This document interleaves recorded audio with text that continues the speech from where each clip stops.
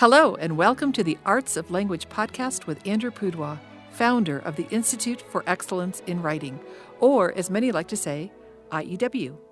My name is Julie Walker, and I'm honored to serve Andrew and IEW as the Director of Marketing. Our goal is to equip teachers and teaching parents with methods and materials which will aid them in training their students to become confident and competent communicators and thinkers.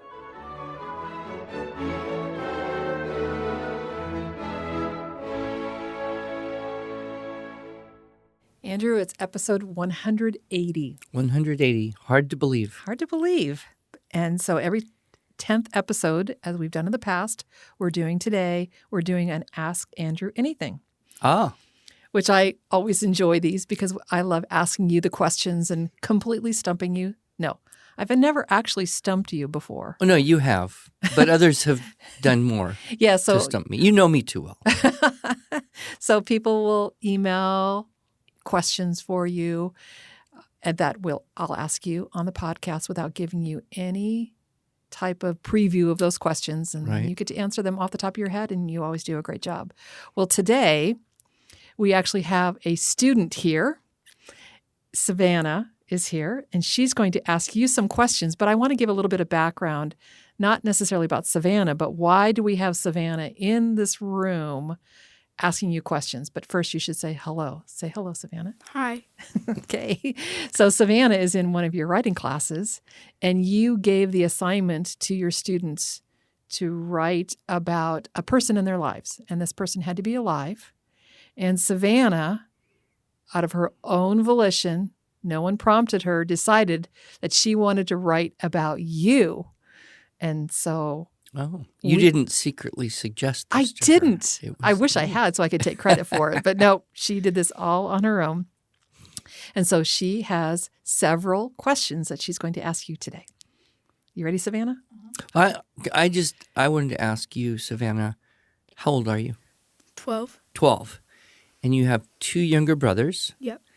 And you've been in my class for about a year and a half. Mm-hmm.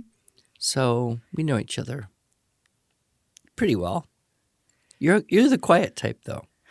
She's quiet in class, but she's quiet a good writer. in class, a very good writer. Yep. Yeah. So to write about me, I guess you need some information. Mm-hmm. So ask me anything. Okay.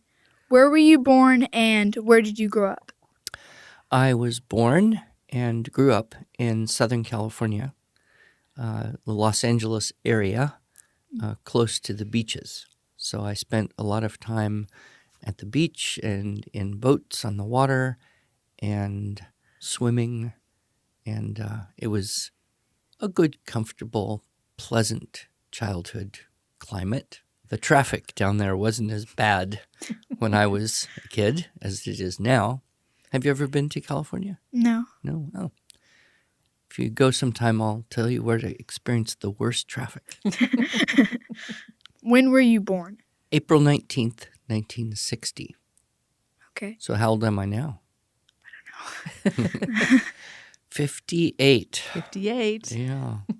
I'll tell you, when I was 12, I would have never believed I would ever be 58. Where did you go to school as a child and where did you go to college? Well, I went to public schools in Palos Verdes and Redondo Beach. Pretty just normal schools. I had kind of an odd thing happen. When we moved to that area, they thought I was smart or something. So I went straight from first grade to third grade. So I skipped second grade. But that made me a year younger than everyone. And when I went into ninth grade, I was just so young and everybody was so old and I was so unhappy. I mean, really unhappy and miserable in high school. So I wanted to quit entirely, but there was no option for homeschooling or anything like that back then. So I actually went back to a different school and did 8th grade twice. And that was 1 year in a private school for 8th grade the second year. And then I went back to the public high school for 9th grade. And I was a year older, so it wasn't quite as horrible. I mean, it was horrible, but not quite as bad. But that 1 year in 8th grade at the private school was the best year of my school years, childhood, because I had better friends and it was smaller classes and we did fun things like square dancing that I don't think you would ever do in a public school. At least can't remember. So, yeah. And then after that, after I finished high school, I went to San Francisco State University for a year. And then I went to the University of California in Santa Cruz for a year, also in California. And then I actually left college for a while. And then when I went back, I went to Japan. And I finished my higher education in Japan. What were some of your childhood hobbies? Childhood hobbies. Well, it was interesting because my father was very, very taken with sailing. We had a boat, and he loved to sail and race boats. And we had a boat all through the years I was growing up, from when I was born till when I left home at 18. And so I spent a lot of time sailing and racing and cruising and learning all about boats and all that, while my mother was a music teacher. She taught piano and voice, and so she got me playing the violin at a very young age.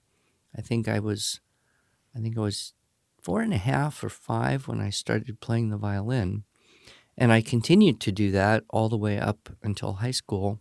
So I was in a string quartet with 3 other boys. That was good. Played in the community orchestra, played in the orchestras at schools, played a little bit of fiddle music. So my hobbies were really the reflection of my parents. My father's love of sailing, my mother's love of music. And then as I got older and developed my own more independent tastes, I did less of sailing and less of playing music and more of playing games, war games in particular. So we didn't have video games back then. They didn't exist. But we had board games that you could fight out battles, kind of like Risk. Have you ever seen that game, Risk? I think so. Yeah, you try to take over the world with your armies, that kind of thing. So I got very, very involved in war games. And one of my first jobs was working in a store that sold war games. I was 16. I got a car, and I needed to get a job so I could pay for the car insurance and the gas in the car. And I got that job working in a war game store. And it was kind of like perfect. I got paid to learn more about and talk to people about the thing that I was most interested in. So it was better than my very first job, which was McDonald's. I didn't last too long at McDonald's. Did you like writing as a kid? I don't think so, although I don't have a memory of hating it. It was funny, about 10 years ago, I got an email from one of my middle school teachers who somehow found me, I don't know, on Facebook or the website or something, and she said, well, this other teacher, you were in her class, and she said you were the best social studies report writing student she ever had. And I thought, wow, okay. I mean, it's that read, copy, change. the read, copy, change. I had that one down. And then another funny thing that happened was my mother passed on a few years ago, and I inherited many of her papers and things. So I'm looking through her files, and she had stored in her files a newsletter that I had written called Decision and Conflict. It was a newsletter for war game players in our little area there and my friends. And I had tried to charge everyone $2, for a subscription to this newsletter that was, keeping people up to date on where the games were happening and who won this and what was the new thing coming out. Because there were no websites back then. So to get information, you had to print it and mail it. So I guess I liked writing, but I never would have said, oh, I love writing or I want to write a book. So I'm kind of in between. I didn't dislike it. I never really wanted to do it, but I must have been decent at it. How did you meet Dr. Webster? Well, that's a good one. I was working at a very small school in Montana, and one of the teachers there was Canadian. And I was 30 years old, I believe, 29 or 30, and new. I was a very new teacher. And this Canadian lady, she said, oh, this is the greatest program. We have to all go up and learn this blended soundside program of learning. It's the best way to teach reading and writing and phonics and spelling, and it'll make our school a great school. And she was very persuasive.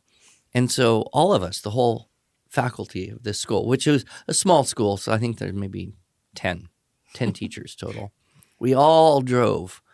Oh, and it was a long ways from Montana to northern Alberta, like all day. We drove all day and got there and stayed there for 2 weeks. And there were 2 courses. One was a reading and writing and spelling for young children, like grade 1 and 2.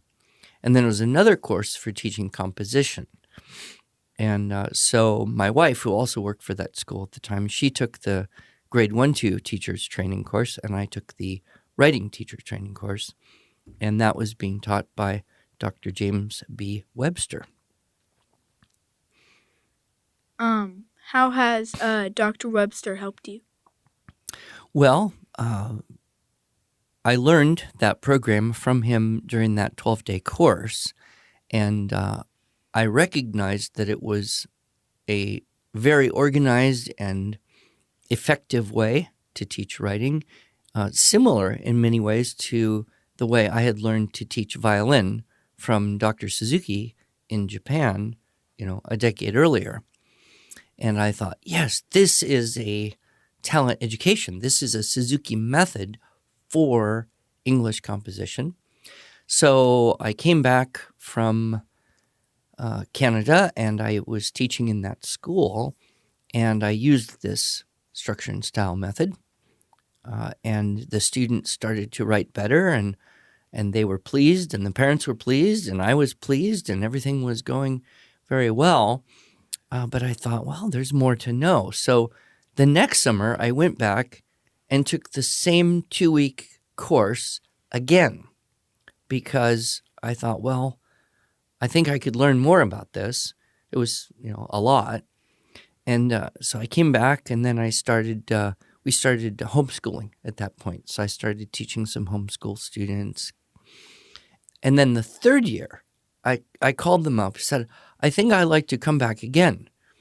And they said, well, if you're going to come back again, you might as well help us out. So you can join our staff and help teach this thing to other teachers. So from that year on, I kind of became Dr. Webster's assistant. And he let me do one of the lectures, the Unit 3. I was going to ask which sequence. one. Yeah. Oh, that's, yeah. Unit 3 story sequence chart with the bat and the nightingale. Oh, that was very the good. story I picked. And he gave me a very detailed critique of the good points of my lecture and the weak points of my lecture, which is his style. He is always able to be encouraging, but he will always point out things you could have done better. And that's been like that ever since. And so that would have been more than 25 years ago. We just continued to stay in touch. I kept going up to Canada to help teach that thing. And then when we started the IEW, Institute for Excellence in Writing, we continued to work together on some projects. And Now he is 92, and I just went up to Vancouver, British Columbia in Canada about 3 months ago to stay with him for a few days, and he gave me a critique of what I'm doing right and what I could do better. Still, after all these years. Still after all these years. Why did you call IEW IEW?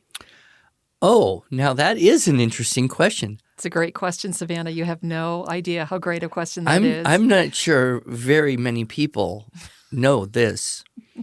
So after I left college in America and went to Japan for 3 years, and I graduated from the Talent Education Institute in Japan, then I went to a place in Philadelphia called the Institute for the Achievement of Human Potential, IAHP. And they were working with brain-injured children, teaching families programs of treatment to help children who might have very mild brain injury or Down syndrome or perhaps blind or deaf or paralyzed, everything. And they also had a school there, had not so brain injured children that were getting the same kind of enrichment, neurological growth enrichment programs, and were doing very well. And I worked in both aspects of this, with the brain injured children and with the accelerated children. So in Philadelphia, there was the institutes, plural, for the achievement of human potential. And it had 3 branches. One branch was the Institute for the Achievement of Physical Excellence. The next one was the Institute for the Achievement of Intellectual Excellence. And the third one was the Institute for the Achievement of Physiological Excellence. And so these 3 groups of staff would help families help their children grow physically, intellectually, and health-wise, physiologically. So I left there, went to Montana, met Dr. Webster, and got the idea to start this thing. And I thought, well, that's what I want. I want to be the Institute for the Achievement of Writing Excellence. Only that's a mouthful. And I think your wife helped you shorten that a little bit. Possibly. Mm-hmm. We dropped the achievement business. Mm-hmm. So we had the Institute for the Achievement of Excellence in Writing. So that's where it came from, the culture of the IAHP, where I worked for 3 years. And it is a little confusing to people because IEW, Institute for Excellence in Writing. But people shorten it up and they go, Excellence in Writing. So that's EIW if you put the I with the N. So people are very confused. Is it IEW or EIW? Well, it's IEW. It's IEW. It's IEW.com. That is the way it will be. It will be. Forever. Yes. Long story. Why do you tell jokes? Oh, good question. Well, I have always enjoyed humor. As a teenager, I liked jokes and I liked watching funny movies, and I just kind of always had this appreciation for humor. I think it's a thing that makes life better, was you can laugh at something and chuckle. And in Japan, it was very interesting because I was learning Japanese. And so one of the ways that I would try to improve my Japanese is I would try to learn jokes in Japanese, because they usually have kind of a double meaning or a pun or a kind of a under the surface thing. And so I found it connected with my learning of the language. And then when I started to teach, I realized that a lot of students aren't necessarily happy about having to get up early and go through the cold Montana snow and sit in a classroom and have to do grammar and spelling at 8:30 in the morning. So, you have compassion because you don't want to be there doing that either, but, you get paid and they have to. So, it's school. So I just kind of thought, I'll bring in a good joke every morning. And that way, everyone will be just a little bit less miserable. And so it just became a habit. I actually have a talk you might like to listen to sometime.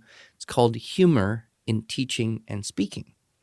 So about 7, 8 years ago, I decided to research humor. What makes something funny? I mean, why do we laugh at something? I was curious. So I started to research humor and different types of humor. And I believe there's also research about laughter and humor helping people be more attentive, helping them actually be healthier. There's some research to show that the more you laugh, the healthier you are. It strengthens your immune system, I guess. So if you want to be healthy, attend a writing class with Mr. Pudwa, right? Well, yes, maybe. But now I have a question for you. I mean, do you like my jokes? Yeah. Would you be disappointed if I just said, sorry, no joke today? Probably. We're just going to jump in and make outlines and do dress-ups. Yeah. But I have developed quite a collection over time. The good thing is kids grow up and leave, and then you get new kids. So you can use the same jokes for decades. About how many ties do you have? Oh, that's a good question. I haven't counted, but I would suspect somewhere between 50 and 70 maybe. Some of them I don't like, so I never wear them, so I should just get rid of them. But as you've noticed, I do try to wear a different tie each week. So that means that gradually I have to collect up some ties. And then sometimes my friends and relatives, they see some kind of thematic tie, like one with writing on it or one with music notes or something, and they go, oh, that's for him. Question marks. Question marks for asking questions. Do you remember the day I wore the question mark I think tie? I do. Yeah. So, I'll have to count. I'll maybe do that someday when I have nothing better to do. I'll count my ties and let you know. Would you ever wear a bow tie? Well, bow ties are problematic because they are very difficult to tie if you don't know how. And I have never learned how. And I'm not sure that I want to know how. And if you don't know how to tie a real bow tie, then you have to wear one of those fake ties that clips on, which is what I wore when I was a waiter in restaurants as a teenager. But that's just like drinking decaffeinated coffee or something. It's just too not real. Plus, I'll tell you the other advantage of ties is if you are drinking coffee and you drip a little bit of coffee onto your tie, it's not quite as obvious as if you drip it straight onto your shirt. So a longer tie is better protection against careless eating or drinking. So maybe, Savannah, he's just wearing a fancy bib every week, huh? It's possible. Yeah. So I don't think I will ever wear a bow tie, but I'll never say never because I have said never to many things and then ended up doing them. Do you have any pets? Thankfully, no. I had pets as a child. I had a kangaroo rat named Alice, a canary-winged BB named Johann Sebastian Bach, or maybe it was just Johann Sebastian. I wasn't saying that. I don't know if I named As him if Bach. that's It was short just enough. Johann Sebastian. And then we had a dog, a German Shepherd named Heidi. So growing up, I had pets. And then when I got married and we had children, my wife convinced me that having animals is good for children. So we had various cats and dogs. Fortunately, they all die eventually. And you then, Well, it's not so fortunate because then you have to get a new one, which is generally younger and more energetic and more problematic than the old one that And was you have almost to retrain them. Yeah. dead. But we've gone through a few, and I will admit that upon deep philosophical reflection, I have come to believe that, yes, pets may be good for children, but they are completely not necessary for my well-being. So now that I have no children at home, I have no pets at home. Although my wife started talking the other day about a cute little kitty she saw. Oh, my No, goodness. no, A no. cat. Maybe that will be a nice change, perhaps. I don't know. What's your favorite color? Oh, purple. Yes, definitely. There's no ambiguity there. And I think that purple is my favorite color. Because you love eggplant. No. Eggplant doesn't deserve to be purple. But in my mind, blue is a color of power and strength. And red, pink and red, is a color of love and passion. And so when you get your strength and your love and you mix it together, right? Mm-hmm. Blue and pink gives you purple. So for me, in my mind, purple is not just the color of kings. It's the color of the balance between power and compassion.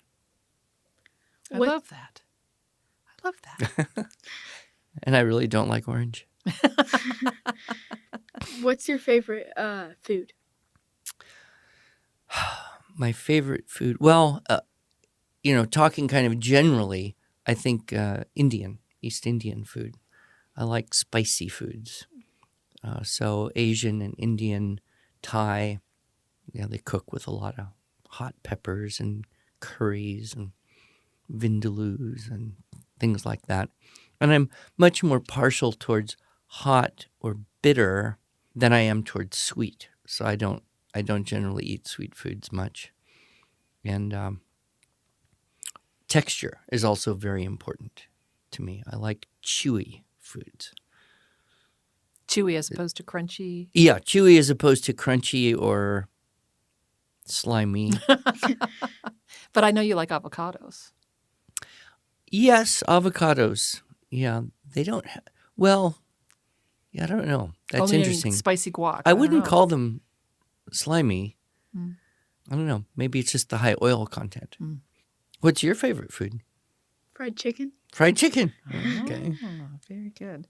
Well, I am quite sure, Andrew, our listeners are really going to enjoy this podcast. Savannah, you had excellent questions. I've got to ask you, did you get help writing those? No. Wow, you came up with all of those on your own. But now you have to divide all that information into 3 topics. That's right. This is a Unit 7. And it's a 5-paragraph assignment. Right. So she's got to have the attention getter. I'm curious what that'll be. Mm-hmm. She's got to have the background information. I think you got some of that. You didn't ask me how many children I have. 7, all grown. She didn't ask me how many grandchildren I have. 11. Not all grown. Not all grown. None of them are grown. And so she got some background information and then topics. Mm-hmm. So I'll be fascinated to see how this comes out, Savannah. And Savannah, if you're okay with this, we'll include a file of your essay so people can read it when they listen to this podcast. Is that okay? Can we do that? Okay, great. She's such a good sport. Good sport. Thank you, Savannah, so much. This has been tremendous.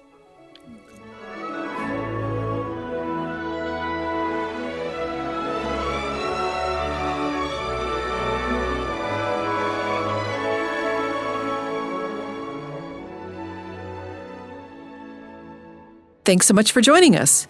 If you enjoyed this episode and want to hear more, you can subscribe to this podcast in iTunes, Google Play, or Stitcher, or just visit us each week at iew.com/podcasts. Until then, on behalf of Andrew Pudewa and the team at IEW, I thank you for the privilege of allowing us to partner with you on your journey toward better listening, speaking, reading, writing, and thinking.